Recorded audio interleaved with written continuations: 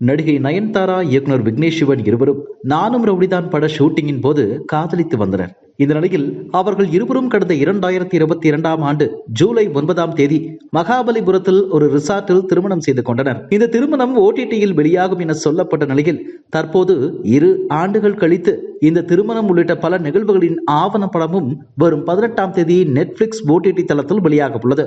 இதன் ட்ரெய்லர் தற்போது வெளியாகி உள்ளது. இதில் லேடிஸ் சூப்பர் ஸ்டார் என்ற அடைமொழியுடன் நயன்தாரா காட்டப்பட்டுள்ளார்.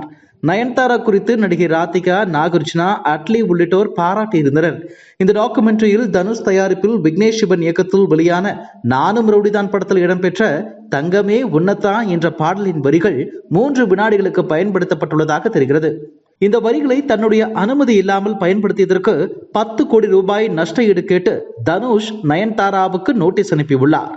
இதை கண்டித்து நடிகை நயன்தாரா காட்டமாக பதிலடி கொடுத்துள்ளார். இது குறித்து நடிகை நயன்தாரா வெளியிட்டுள்ள அறிக்கையில், நானும் ரவுடிதான் படத்தின் பாடலை டாக்குமெண்டரியில் பயன்படுத்த நடிகர் தனுஷிடம் அனுமதி கேட்டு 2 ஆண்டுகளாக காத்திருந்தோம். ஆனால் அவர் அனுமதி கொடுக்கவில்லை.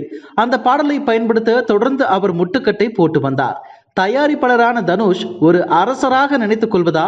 பொதுவெளியில் உயர்ந்தவர் போல தன்னை காட்டிக்கொள்ளும் தனுஷ் நிஜ வாழ்க்கையில் அதில் பாதி அளவாவது நடந்து கொள்ள வேண்டும். 10 ஆண்டுகளாக போலியான முகமூடி அணிந்து வருகிறீர்கள்.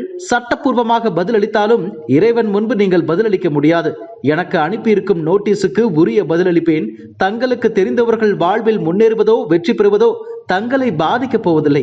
அடுத்தடுத்து பங்கேற்கும் நிகழ்ச்சிகளில் நீங்கள் கட்டுக்கதைகளை அவிழ்த்து விடலாம். உங்களை போன்று சினிமா பின்னணியில் இருந்து வந்தவள் நான் இல்லை. மகிழ்வித்து மகிழ் என்பதே உண்மையான மகிழ்ச்சி என நடிகை நயன்தாரா குறிப்பிட்டுள்ளார். அதாவது தனுஷின் இமேஜை சிதைக்கும் வகையில் தைரியமாக நயன்தாரா பேசியுள்ளார். இதற்கு தனுஷ் காட்டமான விளக்கத்தை அளிப்பார் என எதிர்பார்க்கப்படுகிறது. ஒன்று அறிக்கை வாயிலாகவோ இல்லை பிரஸ் மீட் வாயிலாகவோ அவர் வெளியிடலாம்.